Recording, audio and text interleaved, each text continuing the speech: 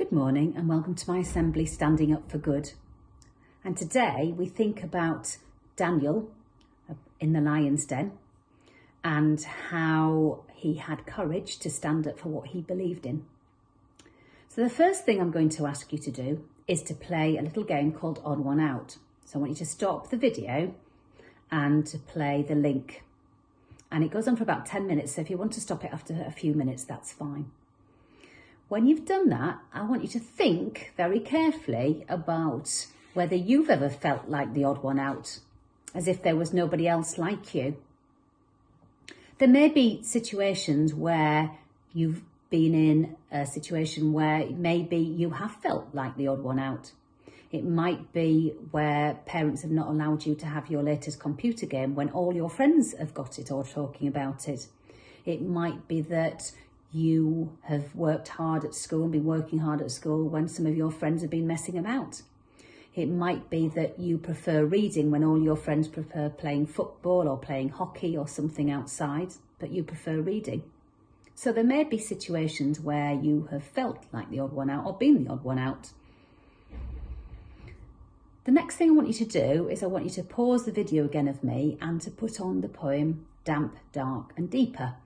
And it is about Daniel in the lion's den, and have a listen to that poem. When you've had a look at the poem and listened to the poem, it is about Daniel, and it is about Daniel standing up for what he believed was right. But he ended up in a bit of a difficult situation. And then finally, if you pause me again, I want you to listen to the song all about Daniel in the lion's den. So I've given you the link there as well. When you've listened to the story, I want you to think about the story and that many other people would probably have believed the same as Daniel, but didn't have the courage to speak out. In some situations where we are the odd one out, there may be others looking on who agree with us, but need a leader. Daniel was certainly that. As a result of his courage, the whole nation changed. Daniel was not alone. He knew God, who never promised to forsake him. Daniel knew it was right to continue to trust in God in every situation that he faced. So I'm just going to say a little prayer now, and if you want to make it yours, you can say Amen.